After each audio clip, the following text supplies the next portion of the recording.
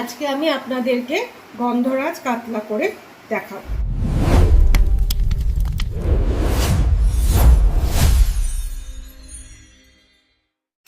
এখানে গন্ধরাজ কাতলার উপকরণগুলো আমি আপনাদেরকে প্রথমে বলে দিচ্ছি।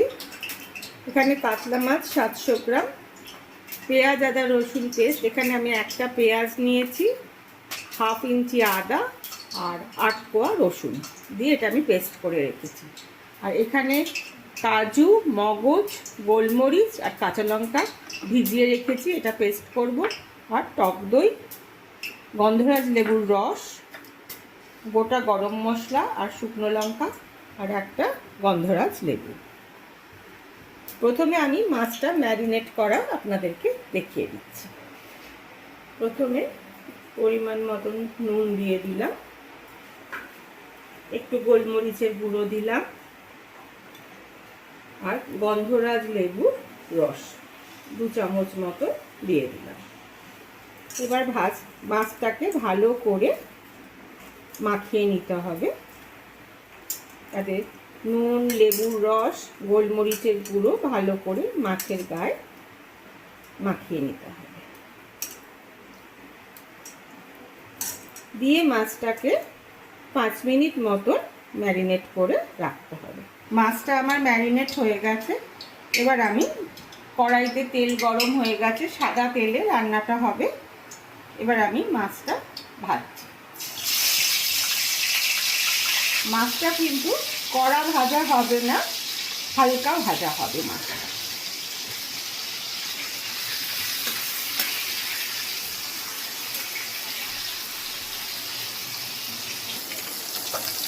মাছটা আমি হালকা করে ভেজে নিয়েছি। এবার আমি কড়াইতে শুকনো লঙ্কা, গোটা গরম মশলা ফোড়ন দিয়ে দিলাম।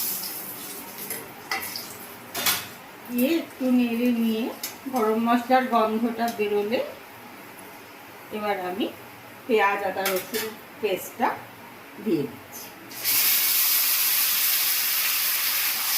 পেঁয়াজ আদা রসুন পেস্টটা একটু ভালো করে কষে দিতে হবে।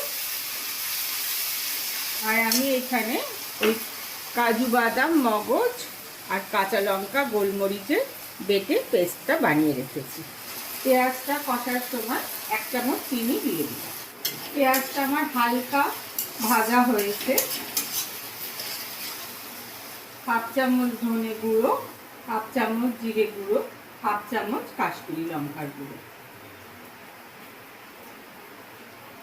এখানে ঝাল লঙ্কা গুঁড়ো দেবেন না, কারণ কাঁচা লঙ্কা বাটা দেওয়া আছে। এবার মশলাটাকে একটু কষতে দিতে হবে। পেঁয়াজটা আমার ভালো মতন ভাজা হয়ে গেছে। এবার আমি কাজু মগজের পেস্টটা দিয়ে দিচ্ছি আর টক দইটা দিয়ে দিচ্ছি। এবার এটা গ্যাসটাকে অল্প আঁচে রেখে মশলাটাকে কষতে হবে যাতে না পুড়ে যায়। পরিমাণ মতন নুন দিয়ে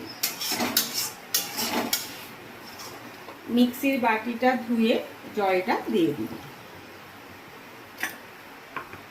এবার এই মশলাটা থেকে তেল ছাড়া অবধি একটু অপেক্ষা করতে হবে।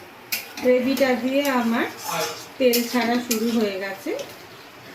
গন্ধরাজ লেবুর পাতাগুলো দিয়ে দিই। আর লেবুর এই গাটা ঘষে আমি এই গ্রেভির মধ্যে দেব, কিন্তু গাটা ঘষবেন যেন ভেতরের সাদা অংশটা না আসে। শুধু ওপরের এই পাতলা স্কিনটাকে ঘষে এর মধ্যে দিতে হবে।